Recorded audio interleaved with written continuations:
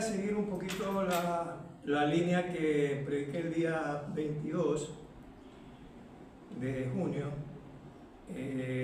¿Os recordáis que yo prediqué? Bueno, sí, os acordáis. Os prediqué acerca de los 10 leprosos de Juan, capítulo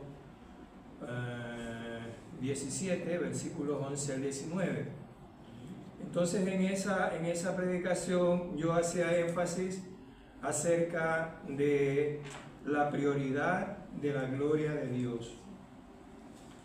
Y concretamente en esa porción bíblica yo hacía énfasis en los versículos 15, donde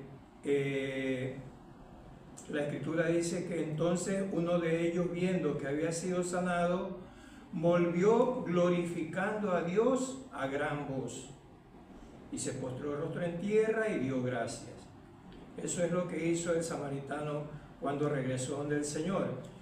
Y con respecto de la importancia o de la prioridad de dar gloria a Dios, el Señor Jesucristo también en el versículo 18 es como que confirmara esa prioridad, ¿no? Porque dice el Señor en el versículo 18 de esa porción: no hubo quien volviese y diese gloria a Dios, sino este extranjero, que bien podía haber dicho: no hubo quien volviese y diere gracias, o no hubo quien volviese y se postrara en tierra. Lo primero que dijo: no hubo quien volviese y diese gloria a Dios.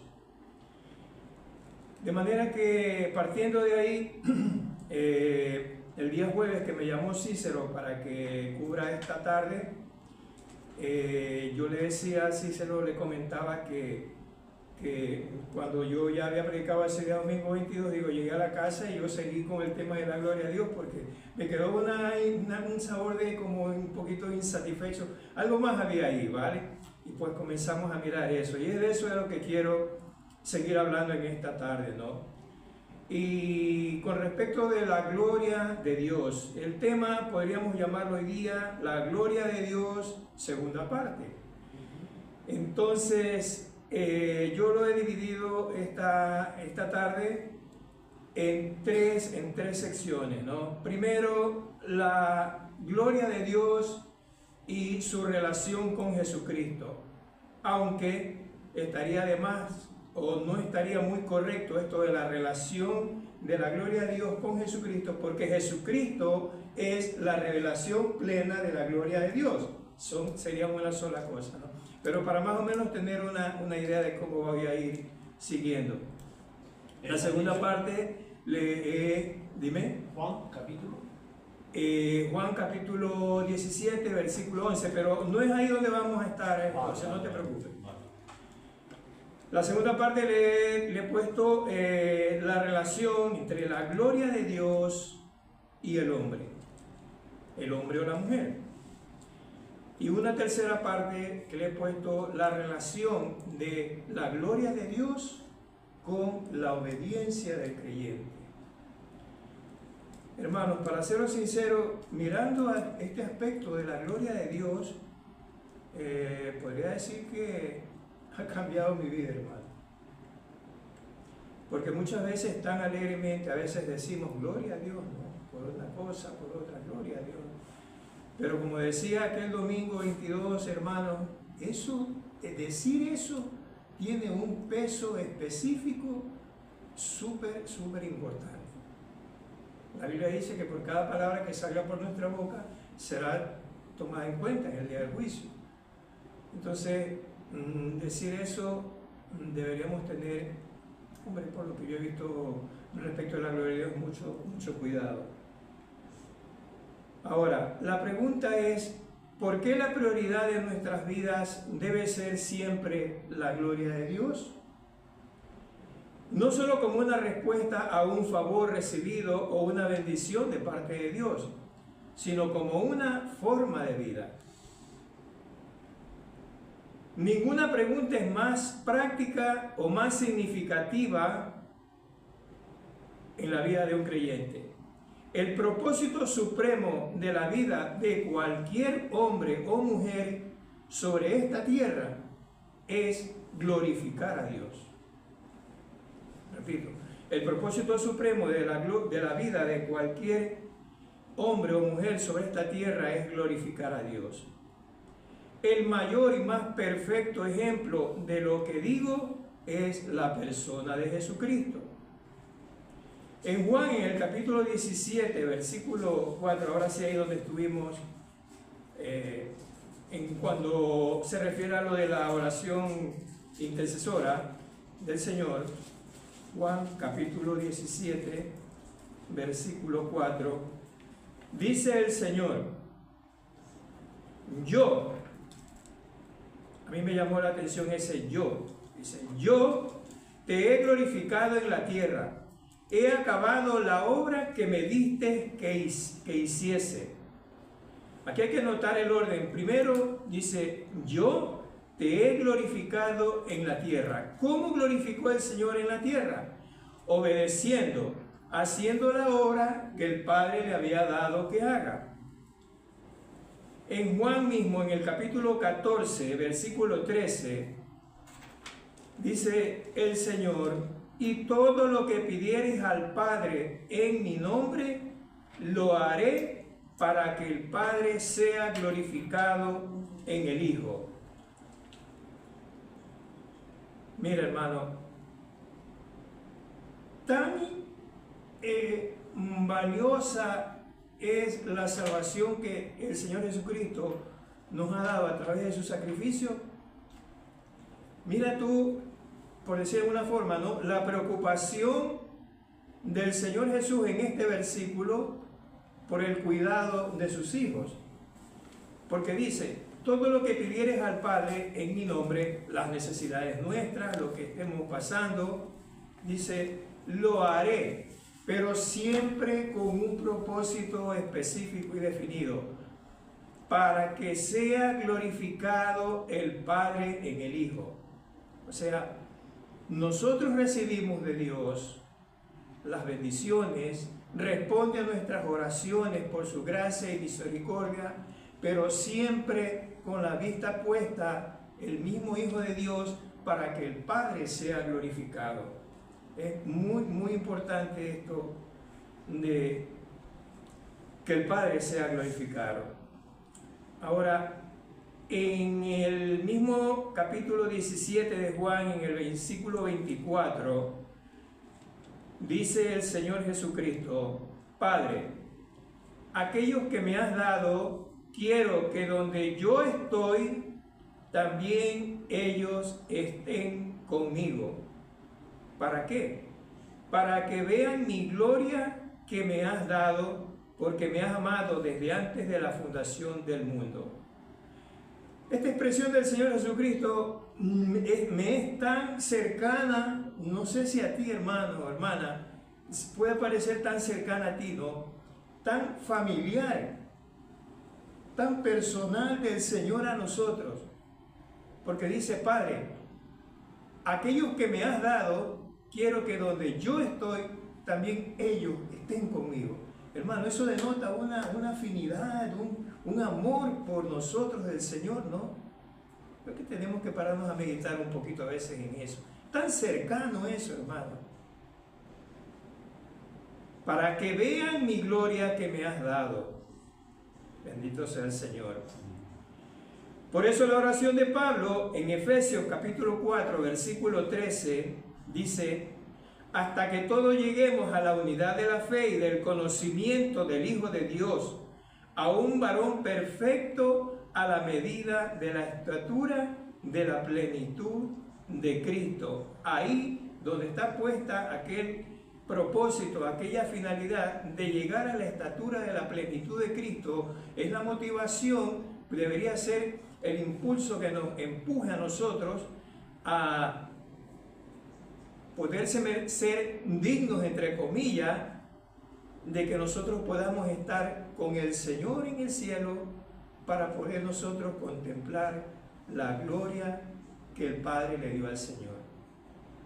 Crecer en la medida, en la estatura, hasta llegar a la plenitud de Cristo. El segundo punto, la relación gloria a Dios con el hombre, y especialmente con el hombre creyente. Aquí primero debemos tener claro que se refiere a lo que se refiere en la Biblia cuando habla de la gloria de Dios.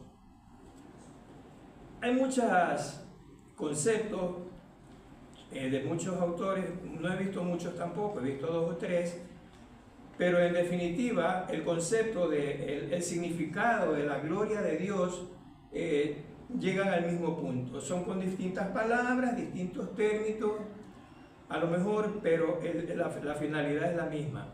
Y este concepto es el que a mí me cambió la vida.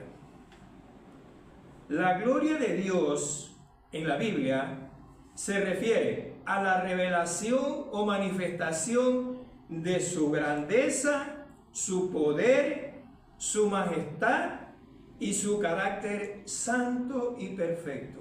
Oh, eso es Dios en toda su plenitud. La gloria de Dios. Es la revelación o manifestación de su grandeza, de su poder, su majestad y su carácter santo y perfecto. El conocimiento de estas cualidades son las que hacen, o sea, si llegamos a tener un grado de comprensión, por lo menos un poco bien aproximado a lo que quiere decir el carácter, la santidad, la grandeza del Señor, eso cuando llegamos a darnos cuenta un poquito, eso hace dignas nuestras oraciones y nuestra adoración y nuestra reverencia a Dios. Porque nadie puede determinar lo bueno que es una persona si tú no conoces a esa persona a profundidad. Eso es así. Ahora, hay una cosa interesante aquí. Sabemos por la Biblia que, por ejemplo, en Isaías, es que hay una relación, por eso el segundo tema era la relación, la gloria de Dios y el hombre. En Isaías capítulo 43, versículo 7 dice: a todos los llamados de mi nombre, para gloria mía los he creado, los formé y los hice. En Efesios, en el capítulo 1, versículos 4 al 6, un versículo muy conocido, dice: según nos escogió en él antes de la fundación del mundo para que fuésemos santos y sin mancha delante de él, en amor habiéndonos predestinado para ser adoptados hijos suyos por medio de Jesucristo, según el puro afecto de su voluntad. Versículo 6. Para alabanza de la gloria de su gracia, con la cual nos hizo aceptos en el amado. Es decir, si fuimos llamados, creados, según Isaías, escogidos, predestinados, llamados, según Pablo, es necesario, yo diría hasta urgente casi, conocer y tener claro a qué se refiere la Biblia cuando habla de la gloria de Dios. Porque hay una relación lógica y muy estrecha entre nuestro presente cristiano, nuestro caminar hacia la presencia de Jesucristo con la gloria de Dios.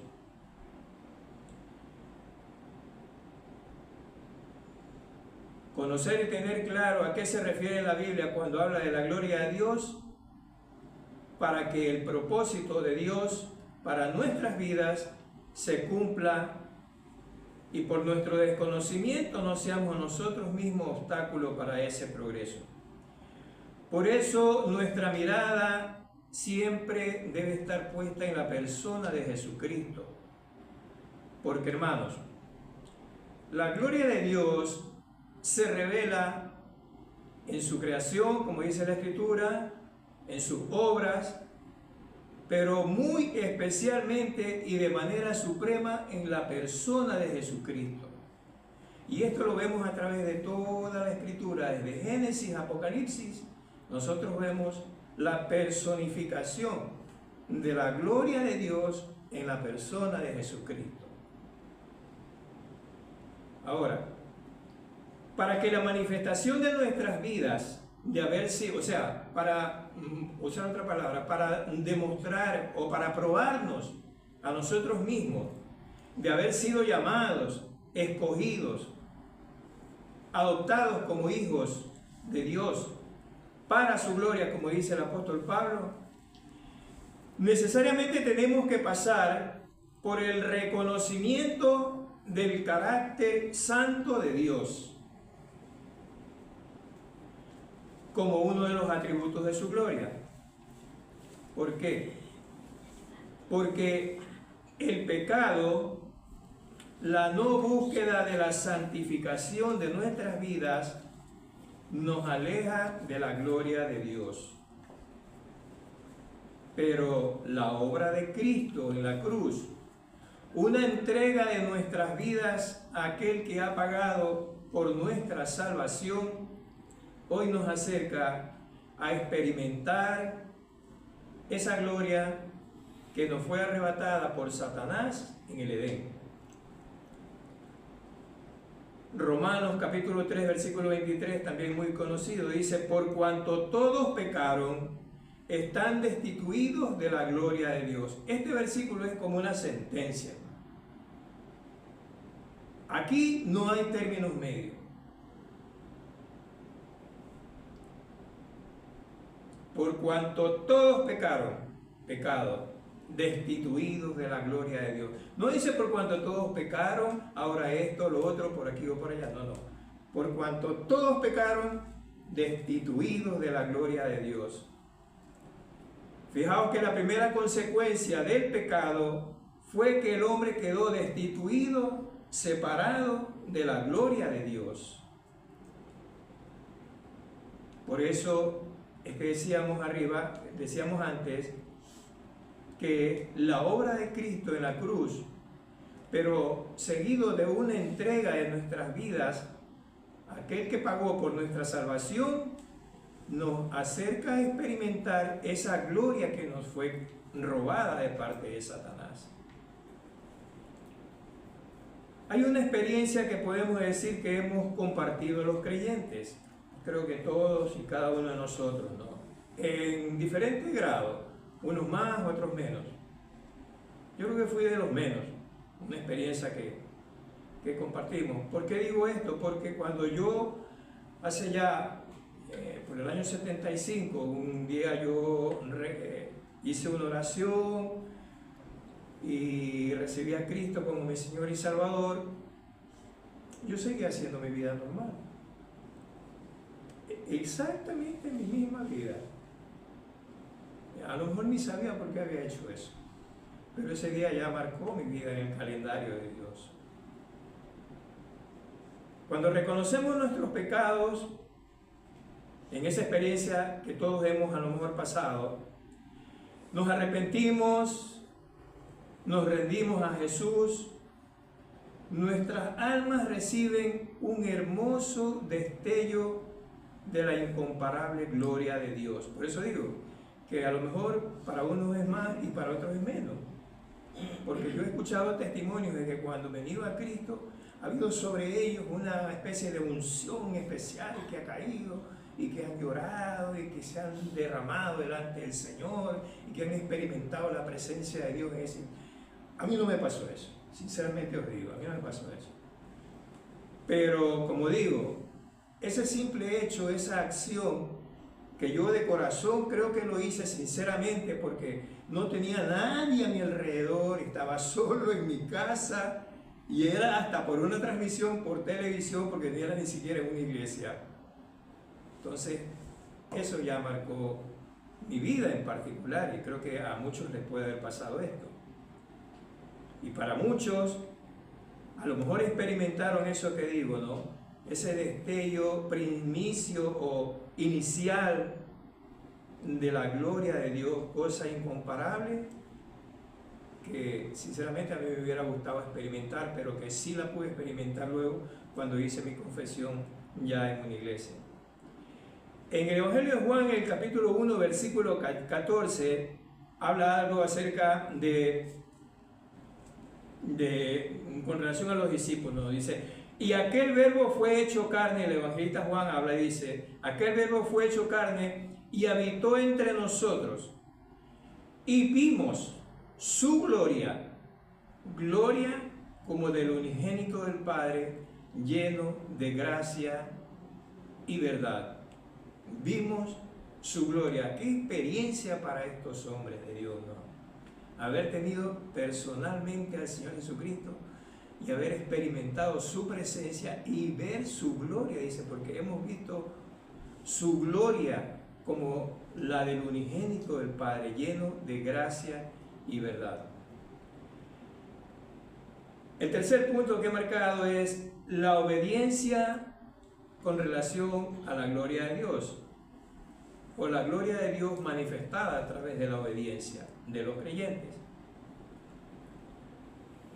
Cuán importante es tener claro y siempre presente que si la gloria de Dios son la manifestación de su poder, de su grandeza, de su majestad, de su santidad, esto nos llevará a vivir, obviamente, debería ser así por lo menos, en obediencia a sus mandamientos como la mejor forma de dar gloria a Dios.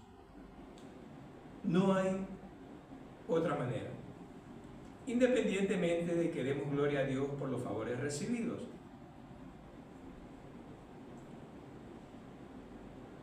Aquí la regla de 3 es muy clara. A mayor conocimiento y manifestación de lo que es la gloria de Dios en nuestras vidas, mayor anhelo de vivir obedeciendo a Dios. Por eso decía al comienzo que tener claro estos preceptos de la gloria de Dios, estos atributos de su poder, de su majestad, de su santidad, tener claro y hacerlo muy nuestro, metérnoslo en la mente y en el corazón, eso nos va a llevar a tratar de vivir cada día una vida más agradable al Señor, por no decir santa, ¿no? Importante tener claro eso. Primera de Corintios capítulo 10, versículo 31, dice el Señor: si pues coméis o bebéis o hacéis otra cosa, hacedlo todo para la gloria de Dios. Hacedlo todo para la gloria de Dios. Y cuando dice si coméis o bebéis, no se refiere exactamente que sí, que es verdad, podemos estar comiendo y podemos estar bebiendo y estar dando gloria a Dios, eso sí, es verdad. Pero esto más se refiere en términos de vida misma, porque la vida depende de comer y de beber. Entonces ahí hay esa especie de comparación, de analogía en cuanto a la vida misma, cuando dice, si coméis o bebéis, hacéis otra cosa, hacerlo todo para la gloria de Dios. Aquí podemos ver nuestras vidas diarias, podemos ver nuestra relación con nuestras mujeres, que no siempre son muy color de rosa, que a veces tenemos nuestros riquirrafes, como dice. Podemos ver nuestra vida en medio de la sociedad, pero ahí en medio de eso, y sobre esas relaciones que son a veces muy difíciles, todo lo que estemos haciendo en medio de eso, aún ahí tenemos que hacerlo para la gloria de nuestro Dios. No hay otro propósito. Primera de Pedro capítulo 4 versículo 11 también lo confirma esto. Dice, si alguno hable conforme a la palabra de Dios. Si alguno ministra, ministre conforme al poder que Dios da, para que en todo sea Dios glorificado. Si alguno hable conforme a la palabra de Dios. Cuando yo estuve en Madrid viviendo ahí un par de años, me congregaba en una iglesia también, había un hermano dominicano que todo lo que uno le decía, cualquier conversación que uno entablaba con él, todo decía, a ver, espérate, la Biblia dice tal cosa, esto y lo otro. Era la constante en la conversación de este hombre. La gente ya no se le quería ni acercar a él porque lo único que sacaba es la Biblia enseguida. Pero eso era su deleite, ¿no? Esa era su forma de conversar y de hablar. Todo te relacionaba con la Biblia. Y yo creo que él tenía bien grabado en su corazón este versículo: si alguno hable conforme a la palabra de Dios. Pero claro, así tiene que ser. Pero no necesariamente, o puede tener su variación, ¿no? Porque tú puedes estar hablando con una persona, conversando con alguien, y no necesariamente, dependiendo de la circunstancia, hablarle de la Escritura, que sí que es necesario predicar el Evangelio a través de la Escritura. Pero humanamente hay cosas y conversaciones que podemos llevar en el entorno, en el círculo que marca la palabra de Dios, que no tienen que ser necesariamente los versículos bíblicos, pero que ahí debemos meter, como se dice, la palabra de Dios, y de esa manera pues el Señor se glorifica a través de su palabra con quien estemos conversando. Para que en todo sea Dios glorificado.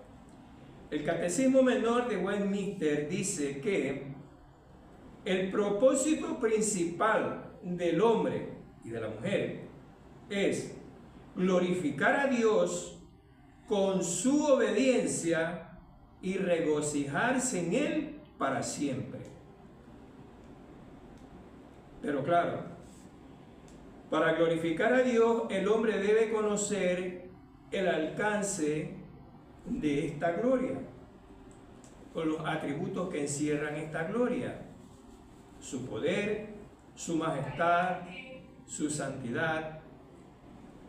¿Y cómo será obediente si no conoce los mandamientos y ordenanzas de Dios? Por esto, gracias a Dios que nos ha dejado su palabra y sus mandamientos y sus ordenanzas para que le obedezcamos. Estoy llegando a la conclusión. Primero, la gloria de Dios es la manifestación de su ser divino.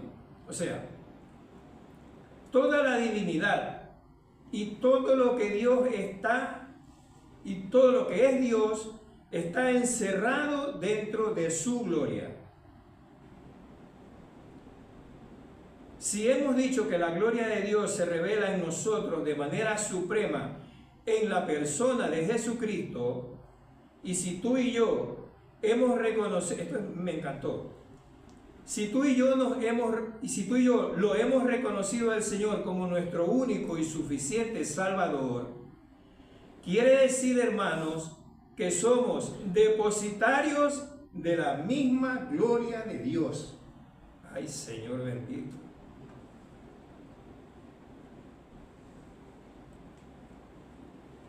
Voy a repetirlo. Si hemos dicho que la gloria de Dios se revela en nosotros de manera suprema en la persona de Jesucristo, y si tú y yo lo hemos reconocido como nuestro único y suficiente Salvador, quiere decir, hermanos, que somos depositarios de la mismísima gloria de Dios. La pregunta es, ¿qué vamos a hacer con eso? Romanos capítulo 8, versículo 30 dice: y a los que predestinó, a estos también llamó, y a los que llamó, a estos también justificó, y a los que justificó, a estos también glorificó. Tercero, como conclusión, Dios se complace en mostrar su gloria. Dios se goza en mostrar su gloria. El anhelo de Dios siempre ha sido manifestar su gloria, porque ese es su gozo, esa es su satisfacción. Naturalmente, Dios, al concedernos a nosotros los favores que estamos necesitando y al ver que aquello que Él nos ha dado o nos ha bendecido ha sido valga la redundancia, ha sido para nuestra bendición. Y nosotros reconocemos esa bendición de parte de Dios, porque ahí está el punto. Que tú y yo reconozcamos que la bendición ha venido de parte de Dios, que ha sido una obra de Dios. Entonces es cuando Él se goza y se satisface, porque ve que sus hijos somos agradecidos de Él, reconocemos su gloria en esa circunstancia en especial. Dios se complace en mostrar su gloria cuando contesta nuestras oraciones, siempre y cuando estas oraciones estén alineadas con la palabra de Dios, es decir, con su voluntad. Dios jamás va a mostrar su gloria sobre nuestros deseos carnales y egoístas, aunque creamos que son bien intencionados. ¿Os recordáis aquella porción cuando estaba el Señor Jesucristo con sus discípulos y dos de ellos se le acercaron y le dijeron, no sé si lo tengo anotado, sí, Marcos capítulo 10, versículos 35 al 37, dice: entonces Jacobo y Juan, hijos de Zebedeo, se le acercaron diciendo: Maestro, querríamos que nos hagas lo que pidiéremos. Él les dijo: ¿qué querréis que os haga? Ellos le dijeron: concédenos que en tu gloria nos sentemos el uno a tu derecha y el otro a tu izquierda. Entonces Jesús les dijo: no sabéis lo que pedís. Y hasta ahí quiero llegar, no voy a avanzar más. No sabéis lo que pedís. Hermanos míos, si hasta el día de hoy hemos vivido nuestras vidas cristianas tratando de hacerlo lo mejor posible, tratando de agradar a nuestro Dios, tratando de vivir una vida como verdaderamente Él nos muestra en su palabra, gloria a Dios. Pero si a partir de estas escrituras, donde nos muestran y enfatizan la importancia de dar gloria a Dios y de la gloria de Dios, definitivamente puede marcar un antes y un después. No hay, como he dicho al principio, no hay otro propósito para la vida de un hombre o de una mujer en esta tierra, creyente o no creyente. No hay otro propósito que Dios haya puesto en su palabra, sino el que Dios sea glorificado, que Dios pueda mostrar y reconocer nosotros su gloria. Amén. Amén. El Señor os bendiga, hermanos. Amén.